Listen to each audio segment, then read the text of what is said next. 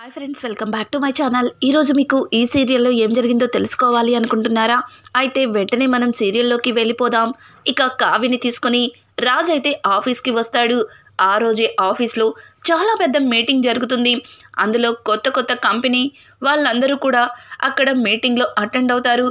కానీ రాజ్ శ్వేత విషయంలో పడి వాళ్ళకి ఇవ్వవలసిన ప్రాజెక్ట్స్ ఏమీ కంప్లీట్ చేయడు. రాజ్కి కాస్త కంగారు వస్తుంది. వాళ్ళతో ఏం మాట్లాడాలో తెలియక అలాగే సైలెంట్గా ఉంటాడు. ఇక ఆ కంపెనీ వాళ్ళందరూ కూడా, సార్ మా ప్రాజెక్ట్ కంప్లీట్ అయిందా, దాని గురించి మాకు ఎక్స్ప్లెయిన్ చేస్తా అన్నారు అని చెప్పడంతో రాజ్ ఏమీ మాట్లాడలేక, సార్ అది కొంచెం టైం అని చెప్పి తడబడుతూ ఉంటాడు. ఇక రాజ్ తడబాటు చూసిన కావ్య, సార్ మీ డిజైన్ కంప్లీట్ అయింది, ఇదిగోండి మీ డిజైన్ అని చెప్పి ఇక ఆ డిజైన్ గురించి వాళ్ళతో ఎక్స్ప్లెయిన్ చేస్తూ ఉంటుంది. కావ్య ఎక్స్ప్లెయిన్ నచ్చి వాళ్ళు అనుకున్న దానికంటే కూడా ఆ పెద్ద ప్రాజెక్టే రాజ్కి అప్పగిస్తారు. అలా అక్కడికి వచ్చిన ప్రతి కంపెనీ వాళ్ళు కూడా అనుకున్న దానికంటే వాళ్ళకున్న ప్రతి కంపెనీ ప్రాజెక్ట్ని రాజ్కే అప్పగించి అక్కడి నుంచి వెళ్ళిపోతారు. ఒక్క క్షణం రాజ్కి మైండ్ బ్లాక్ అయిపోతుంది. ఇంత పెద్ద ప్రాజెక్ట్ వస్తుందని అస్సలు ఎక్స్పెక్ట్ చేయలేదని చెప్పి కావ్యని ఎత్తుకొని గిరగిరా తిప్పేస్తాడు. ఇక కావ్య అయితే, ఏవండి దించండి అయినా ఇలా వర్క్ గురించి అడిగినప్పుడు అలా సైలెంట్గా మౌనంగా ఉంటారేంటి? మీకు నేను ఇచ్చిన డిజైన్స్ గురించి మర్చిపోయారా అని కావ్య అడగడంతో, నేను మర్చిపోయాను కళావతి, నాకు గుర్తులేదు. కానీ ఈరోజు నీ వల్ల కంపెనీలో ఇంత పెద్ద ప్రాజెక్ట్ రావడం నిజంగా నాకు చాలా సంతోషంగా ఉంది. కోట్లల్లో ప్రాజెక్ట్ అంటే మాటలా ఏంటి? ఇంతవరకు ఆల్ ఇండియాలోనే నెంబర్ 1గా ఉన్న ఈ స్వరాజ్ గ్రూప్ ఆఫ్ కంపెనీ ఇప్పుడు దేశ విదేశాల్లో కూడా మారం రోగేలా చేసావు. నువ్వు రియల్లీ సూపర్. నువ్వు వచ్చిన ఈరోజే ఇంత పెద్ద ప్రాజెక్ట్ నాకు వచ్చేలా చేసావంటే ఎప్పుడు జీవితాంతం నాతో పాటు నా కంపెనీలోనే ఉండిపోతే ఇంకా బాగుంటుంది అని చెప్పి రాజ్ అయితే కావ్యని పొగడేస్తూ ఉంటాడు. కావ్య అయితే, చూడండి, మీతో పాటు జీవితాంతం మీ పక్కన ఉండడానికే కదా ఇక్కడికి వచ్చింది, మళ్ళీ స్పెషల్గా అడుగుతారేంటి అని చెప్పి కావ్య రెండర్థాలుగా మాట్లాడుతుంది. ఇక ఇంతలో రాజ్కి శ్వేత కాల్ చేస్తుంది. శ్వేత కాల్ చూసిన రాజ్ కావ్యని వెంటనే కిందకి దించేసి ఫోన్ తీసుకొని బయటకు వెళ్ళిపోతాడు. ఇక కావ్య అయితే, నేను దేనికోసమైతే వచ్చానో అది మొదలు పెట్టాలి అని తన మనసులో అనుకుంటుంది. ఇక రాజ్ని ఫాలో చేస్తూ రాజ్ దగ్గరగా నుంచునేలా ఉంటుంది. రాజ్ అయితే, ఏయ్ వెళ్ళి వర్క్ చేసుకో, నేను ఎక్కడ ఉంటే అక్కడే ఉండమని చెప్పడం కాదు, నాకు వర్క్ ఉంది, బయటికి వెళ్ళవలసిన పనుంది అని చెప్పడంతో, చూడండి, ఇక్కడ చేయవలసిన వర్క్స్ అన్నీ కంప్లీట్ అయిపోయినాయి, ఇంకా మీతో పాటు నేను కూడా మీరు ఎక్కడికి వెళ్తే అక్కడికే వస్తాను అని చెప్పి ఇంకా కావ్య రాజ్తో అంటుంది. ఆ మాటలకి రాజ్, ఏంటిది, ఇది ఆఫీస్కి వచ్చింది అంటే నిజంగా నాకు హెల్ప్ఫుల్గా ఉండాలని కాదు, అయితే నా మీద దీనికి అనుమానం వచ్చినట్టుంది, ఎలా అయినా సరే నా మీద ఉన్న అనుమానాన్ని దీనికి పోయేలా చెయ్యాలి అని చెప్పి రాజ్ తన మనసులో అనుకుని, చూడు, ఇప్పుడు నేను ఎక్కడికి వెళ్ళట్లేదు, సరేనా, వెళ్ళి కూర్చో, ముందు ఈ విషయాన్ని మమ్మీ వాళ్ళకి ఫోన్ చేసి చెప్పాలి అని చెప్పి రాజ్ అయితే ఇక వాళ్ళ నాన్న సుభాష్కి ఫోన్ చేసి ఇక్కడ జరిగిందంతా కూడా చెప్తాడు. ఆ మాటలు విన్న సుభాష్ చాలా సంతోషంగా ప్రకాశం, అపర్ణ, అమ్మ, నాన్న అని చెప్పి ఇంట్లో అందరినీ పిలుస్తాడు. ఇక అందరూ హాల్లోకి రావడంతో, ఈరోజు నా కోడలు కంపెనీలో మనకి చాలా పెద్ద ప్రాజెక్ట్స్ వచ్చేలాగా చేసిందట. తను ఇంతవరకు కూడా స్వరాజ్ గ్రూప్ ఆఫ్ కంపెనీ ఒక్క మన ఆల్ ఇండియాలోనే మారం రోగింది, కానీ ఇప్పుడు దేశ విదేశాల్లో కూడా మన స్వరాజ్ గ్రూప్ ఆఫ్ కంపెనీకి పేరు ప్రఖ్యాతల్ని తీసుకొచ్చింది నా కోడలు. వెళ్ళిన మొదటి రోజే ఇంత పెద్ద గుడ్ న్యూస్ అంటే రియల్లీ సూపర్ అని చెప్పి ఇంకా సుభాష్ అయితే అందరితో చెప్తూ తన ఆనందాన్ని పంచుకుంటాడు. ఇంతలో స్వప్న అయితే, మరి ఏమనుకున్నారు, నా చెల్లెలకి ఆ టాలెంట్ ఉంది కాబట్టి అది తెలుసుకొని అపర్ణ ఆంటీ పంపించారు అని చెప్పి ఇంకా స్వప్న కూడా చాలా ప్రెస్టేజీగా ఫీల్ అవుతుంది, చాలా హ్యాపీగా ఫీల్ అవుతుంది. ఇదంతా చూసిన అనామిక అయితే కోపంతో రగిలిపోతుంది. కళ్యాణ్ మీద విరుచుకుపడుతుంది. కళ్యాణ్, ఎప్పుడు చూసినా ఆ పిచ్చి గీతలు గీసుకుంటూనే ఉంటావా? చూసావుగా ఇంట్లో ఏం జరుగుతుందో.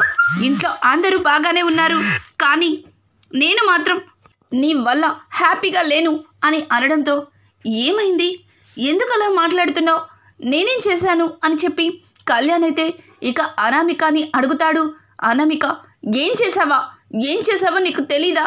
నువ్వు ఎక్కడికి వెళ్ళకుండా ఇలా ఇంట్లోనే కూర్చుని కవితలంటూ అలా పేపర్ మీద పెన్ను తీసుకొని ఏదో ఒకటి రాస్తూ ఉంటే ఎక్కడ నాకు వాల్యూ ఉంది ఇంట్లో చెప్పు. చూడు, ఇవాళ వెళ్ళింది ఆ కావ్య ఎంత పెద్ద పేరుని సంపాదించి పెట్టిందో అని చెప్పడంతో, చూడు అనామిక, వదినకి డిజైనర్లో అవగాహన ఉంది, అందుకే వదిన అంత పెద్ద పేరుని సంపాదించుకుంది. ఎనీవే, ఇంత మంచి న్యూస్ తెలిసిన తర్వాత వదినకి కంగ్రాట్స్ చెప్పాలి అని చెప్పడంతో, చెప్పు, మీ వదినకి కంగ్రాట్స్ చెప్పు, నువ్వు కూడా మీ వదిన్ని నెత్తిన పెట్టుకుని ఊరేగు. కానీ ఇక్కడ నీ భార్య ఎందుకు బాధపడుతుంది, ఎందువల్ల బాధపడాల్సి వస్తుంది, అస్సలు పట్టించుకోవా అని చెప్పి ఇంకా చాలా చిరాగ్గా అనామిక అయితే బయటికి వచ్చేస్తుంది. అనామిక మాటలకి కాస్త కోపగించుకున్న మళ్ళీ నార్మల్ అవుతాడు కళ్యాణ్ అయితే.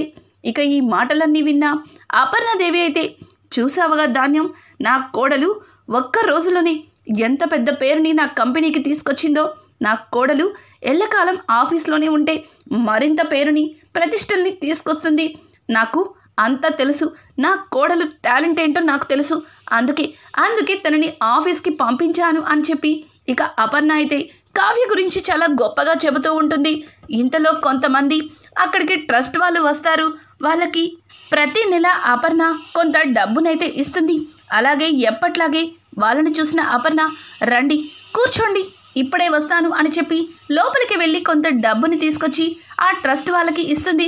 వాళ్ళు, అమ్మ మీరు ఎప్పుడు ఇలాగే సంతోషంగా ఉండాలమ్మా అని అంటూ ఇక ఆ డబ్బుని చూస్తే, అమ్మగారు కిందటి నెల మీద ఈ నెల ఎక్కువ డబ్బు ఇచ్చారు అని చెప్పడంతో, ఈ నెల నాకు చాలా సంతోషంగా ఉంది, నా సంతోషానికి ఆ డబ్బుని ఎక్కువ ఇచ్చాను అని చెప్పి ఇక అపర్ణ అయితే వాళ్ళకి డబ్బిచ్చి లోపలికి వస్తుంది.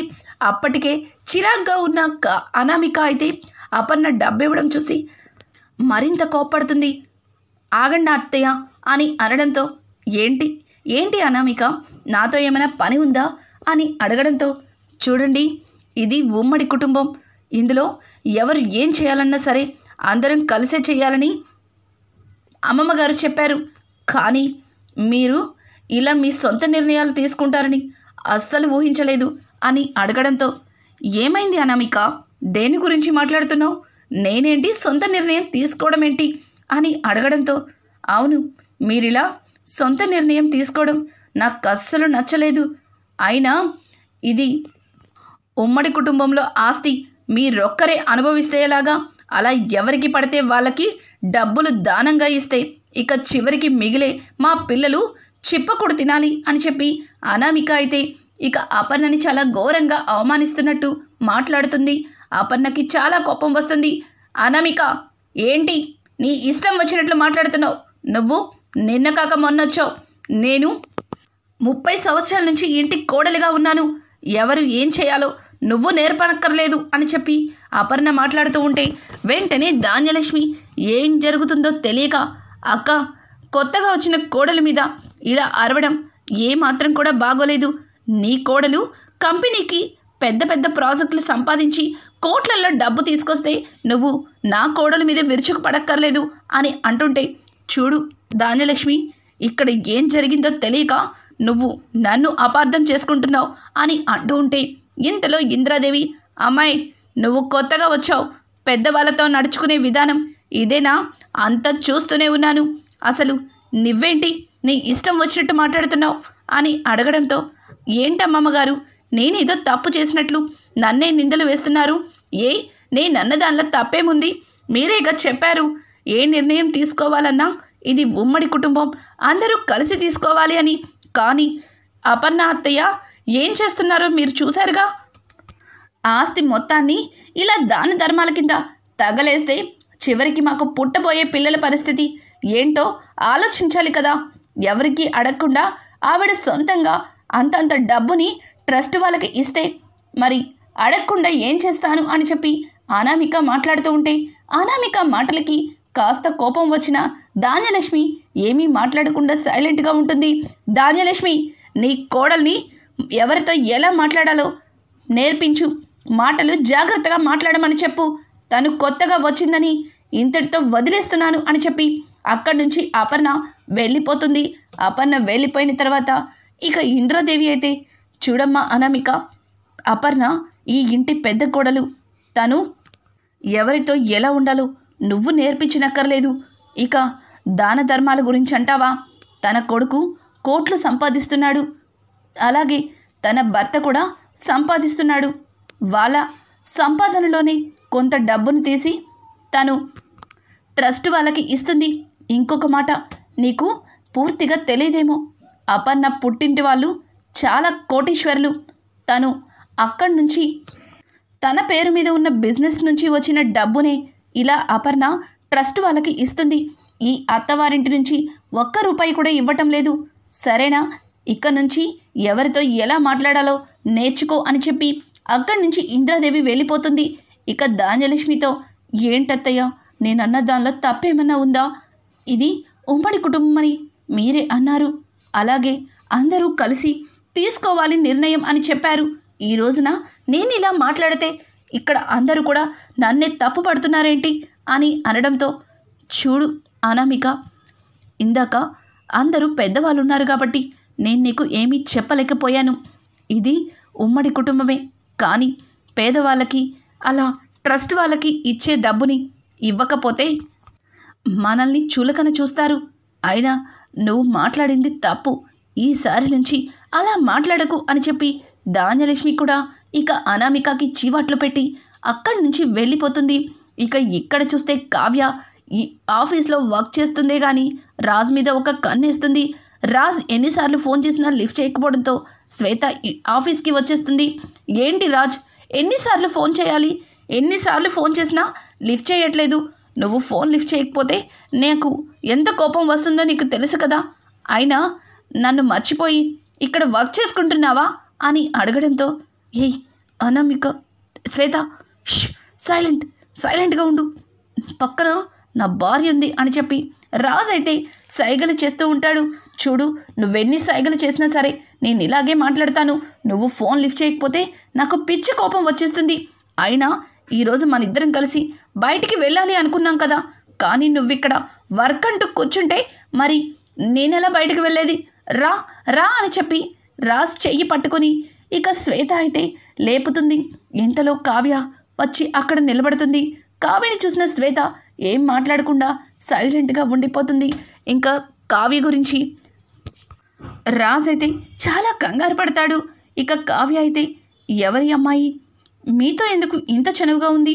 అసలు ఎందుకు ఈ అమ్మాయి ఇప్పుడు వచ్చింది అని కావ్య అడగడంతో ఇక రాజ్ తడబడుతూ, అది తను అని చెప్పి తడబడుతూ మాట్లాడతాడు.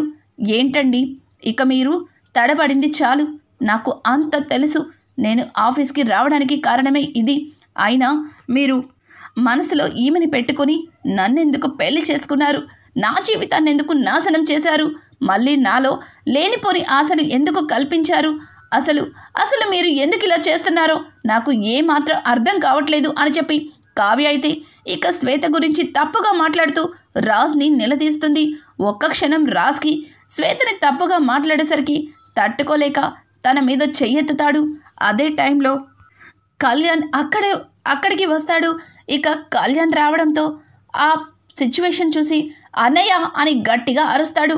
ఇంకా రాజ్ అయితే ఎత్తిన చేయిని కిందకి దించేసి, ఇంకొకసారి శ్వేతని ఏమైనా అంటే అస్సలు ఊరుకోను అని చెప్పి రాజ్ చాలా గట్టిగా అరుస్తాడు. ఏంటన్నయ్యా, శ్వేత కోసం నువ్వు వదిన్ని నిందిస్తున్నావా? వదిన్ని కొట్టడానికి చెయ్యెత్తుతున్నావా అని అడగడంతో, అది కాదు కళ్యాణ్, ఈ కళావతి నాకు చాలా కోపం తెప్పిస్తుంది. శ్వేతకి నాకు మధ్యలో లేనిపోని సంబంధాల గురించి మాట్లాడుతుంది అని చెప్పడంతో, అన్నయ్య, వదిన ఏ సంబంధం చెప్పలేదు, కానీ నువ్వే తనకి నీకు మధ్యలో ఏదో సంబంధం ఉన్నట్లుగా ప్రవర్తిస్తున్నావు. నీ ప్రవర్తన బట్టే వదిన అలా మాట్లాడింది. కానీ నువ్వు వదిన మీద చెయ్యెత్తుతావని అస్సలు ఊహించలేదు అని చెప్పి ఇక కళ్యాణ్ అయితే రాజ్కి చీవాట్లు పెడతాడు. ఇంకా అలా అయినా సరే శ్వేతకి తనకి ఉన్న సంబంధాన్ని కావ్యకి అలాగే కళ్యాణ్కి అర్థమయ్యేలాగా చెప్తాడా రాజ్. ఇంకా కావ్య రాజ్ చేసిన పనికి ఎటువంటి నిర్ణయం తీసుకుంటుంది?